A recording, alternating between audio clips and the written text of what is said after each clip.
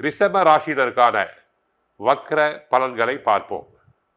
ரிஷப ராசினருக்கு தற்சமயம் குரு வக்ரமடைவதால் உங்கள் எண்ணம் நிறைவேறும். தாமதமான திருமணம் நடைபெறும்.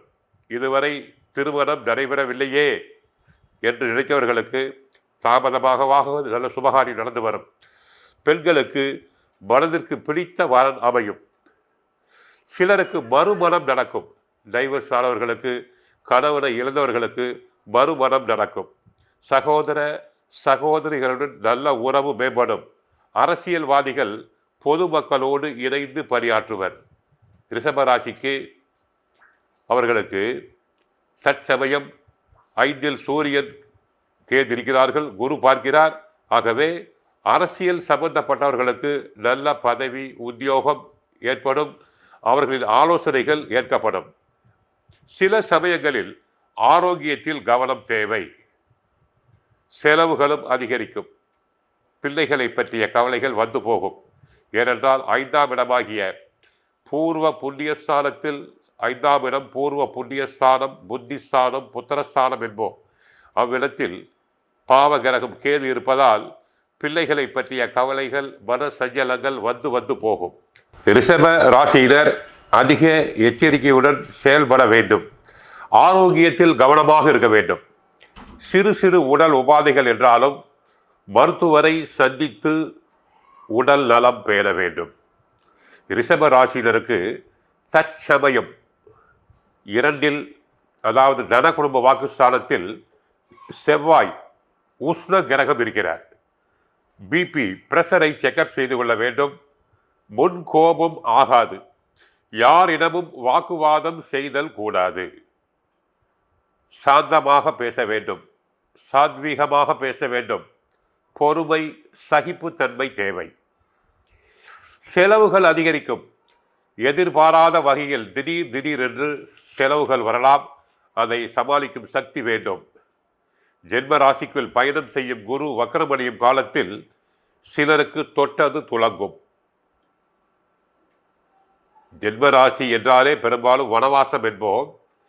இந்த 4 மாதங்களுக்கு மட்டும் மனதில் என்ன நினைக்கிறீர்களோ அது காரியம் சாதகமாகும். குருவின் பார்வைப்படும் 5ஆம் இடம், 7ஆம் இடம், 9ஆம் இடம் அனைத்து இடங்களும் புனிதமடைகிறது, வலுவடைய போகிறது. அப்போ ரிஷபராசினருக்கு 5ஆம் இடம் கன்னிகா ராசி, புதனுடைய வீடு. அங்கு சூரியன் கேது இருக்கிறார்கள். குரு பார்க்கிறார் 5ஆம் பார்வையாக. அரசு சம்பந்தப்பட்ட காரியங்கள் வெற்றி பெறும். கண் உபாதை உள்ளவர்களுக்கு கண் பிரச்சனை தீரும். சிலர் கண் சம்பந்தப்பட்ட அறுவை சிகிச்சைகளை வெற்றிகரமாக செய்யலாம். கேது வயிறு சம்பந்தமான கிரகம். ஆகவே பெண்களுக்கு வயிறு சம்பந்தப்பட்ட உபாதைகள் நீங்கும். நல்ல மருத்துவ சிகிச்சை பெற்றுக்கொண்டால் வயிறு சம்பந்தமான உபாதைகள் நீங்கும். தொழில் செய்பவர்களுக்கு குருவின் 5ஆம் பார்வை கேதுவுக்கு படுவதால் கோடீஸ்வரி யோகம். 5ஆம் பாவத்தை கோச்சார குரு பார்த்தால் உயர் பதவி கிடைக்கும். இதுவரை ப்ரமோஷன் இல்லாதவர்களுக்கு ப்ரமோஷன் கிடைக்கும். தாங்கள் எந்த இடத்திற்கு வேண்டினீர்களோ விரும்பினீர்களோ அங்கேயே இடமாற்றம் உண்டாகும். புது முயற்சிகள் கைகூடும். திருமணமாகி பிள்ளைகளுக்காக காத்திருப்பவர்களுக்கு குழந்தைகள் பிறக்கும். இதுவரை புத்திர பாகியம் தனங்களானவர்களுக்கு குரு வக்கரம் அடையும் போது கட்டாயம் குழந்தை உண்டு பாகியம் உண்டாகும். உடல் நலனை நன்கு பரிசோதித்து, மருத்துவ ரீதியாக பரிசோதித்து குழந்தை பாகியம் வேண்டிய பெண்கள் நவ கிரகத்தில் உள்ள குரு பகவானை 9 முறை நவகிரகத்தை சுற்றி வந்து 3 நெய் தீபங்கள் ஏற்றுங்கள். ஒன்று உங்களுக்காக, கணவருக்காக. உங்களுக்காக ஒரு நெய் தீபம், கணவருக்காக ஒரு நெய் தீபம், பிறக்கக்கூடிய குழந்தைக்காக ஒரு நெய் தீபம் ஏற்றுங்கள்.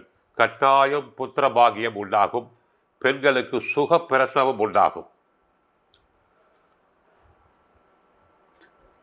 உங்களுடைய கனவுகள் அனைத்தும் பூர்த்தி ஆகும். குடும்பத்தில் சுபகாரியம் நடைபெறும். இதுவரை பிள்ளைகளுக்கு வரன் அமையவில்லையே என்று வருத்தப்பட்டவர்களுக்கு நல்ல இடத்திலிருந்து தேடி வந்து சுபகாரியம் அமையும். வியாழக்கிழமைகளில் குரு தட்சிணாமூர்த்தியை மஞ்சள் வஸ்திரம் சாற்றி வணங்க வேண்டும். நல்லதே நடைபெறும். ஏனென்றால் குரு பகவான் 100% சுப கிரகமாவார். 100% சுப கிரகம் குரு என்போம். 100% பாவ கிரகம் ராகு பகவானை சொல்லுவோம்.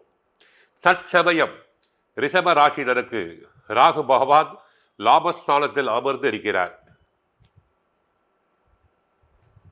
வேற மொழி மதத்தினரால் உதவிகள் கிடைக்கும். தோல் பிஸ்னஸில் ஈடுபடுபவர்களுக்கு நன்றாக வருமானம் வரும். கோவிலுக்கு சென்றால் துர்க்கையை வழிபடுங்கள். உங்களுக்கு எல்லா விதமான கஷ்டங்களும் நீங்கி சுபங்கள் அனைத்தும் நடைபெறும். சனி பகவான் 10ல் வக்கரமாக இருக்கிறார். தற்சமயம் மட்டும் ஒரு 4 மாதங்களுக்கு அதிக முதலீடுகள் வேண்டாம். கேது பகவான் 5ல் இருப்பதால் பிள்ளைகளை பற்றிய கவலைகள் அவ்வப்போது வந்து செல்லும். ஆனால் குரு பார்ப்பதால் கஷ்டங்கள் அனைத்தும் நீங்கும், நிவர்த்தி ஆகும். குரு பார்க்க கோடி நன்மை. 7ஆம் பார்வையாக தங்களுடைய கலஸ்திரஸ்தானத்தை பார்க்கிறார். கணவர் நன்கு இருப்பார். 9ஆம் பார்வையாக தங்களுடைய பிதாஸ்தானத்தை பார்க்கிறார். தந்தையார் நன்கு இருப்பார். உடல் ஆரோக்கியம் மேம்படும். ஆகவே ரிஷப ராசினருக்கு வக்ர குரு என்பதால் பயப்பட வேண்டாம். நன்மையே நடைபெறும். வாழ்க வளமுடன், மங்களம் உண்டாகட்டும்.